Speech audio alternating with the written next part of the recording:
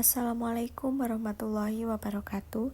Jadi di sini saya akan menjelaskan materi sejarah tentang Orde Reformasi. Saya Enggar Sekar Kinasih dari kelas 12H, nomor absen 17. Dan yang pertama adalah latar belakang. Lahirnya Orde Reformasi tidak terjadi secara tiba-tiba, tetapi merupakan akumulasi dari berbagai faktor seperti krisis ekonomi, maraknya KKN, tekanan dari mahasiswa dan masyarakat, serta ketidakpercayaan terhadap pemerintah Orde Baru. Peristiwa ini menjadi titik awal bagi perubahan besar dalam sistem politik Indonesia, dengan fokus pada demokratisasi, kebebasan pers, dan keberantasan korupsi. Berikut faktor utama dari Orde Reformasi. 1. Krisis ekonomi pada tahun 1997 sampai 1998. 2. Adanya korupsi, kolusi, dan nepotisme atau KKN. 3. Gerakan mahasiswa dan demonstrasi massal. 4. Krisis kepercayaan terhadap pemerintah. 5. Tragedi Trisakti dan kerusuhan pada Mei tahun 1998. 6. Desakan dari tokoh politik dan masyarakat. 7. Mundurnya Soeharto. Berikut ada peristiwa penting dalam Orde Reformasi. Yang pertama ada pengunduran diri Soeharto pada tanggal 21 Mei 1998.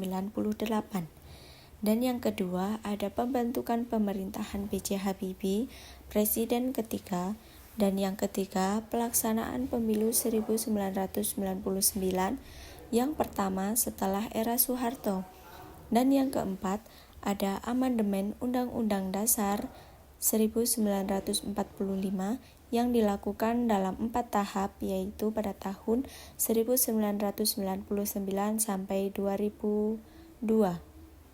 Yang berikutnya ada tantangan pasca reformasi.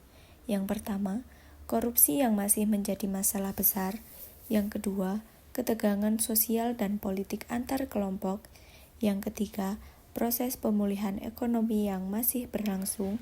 Dan yang terakhir, ada ketidakstabilan politik dan munculnya radikalisasi. Dan yang terakhir ada dampak positif dari era Orde Reformasi. Yang pertama ada demokratisasi dan kebebasan politik. Yang kedua ada kebebasan pers dan hak asasi manusia atau HAM yang lebih baik. Dan yang ketiga ada reformasi hukum dan pemberantasan korupsi. Yang keempat ada desentralisasi dan otonomi daerah. Yang kelima ada pertumbuhan ekonomi yang lebih stabil. Yang keenam ada penguatan peran masyarakat dalam pemerintahan. Yang terakhir, yang ketujuh yaitu ada penguatan identitas dan keberagaman. Nah, hanya itu penjelasan yang dapat saya sampaikan.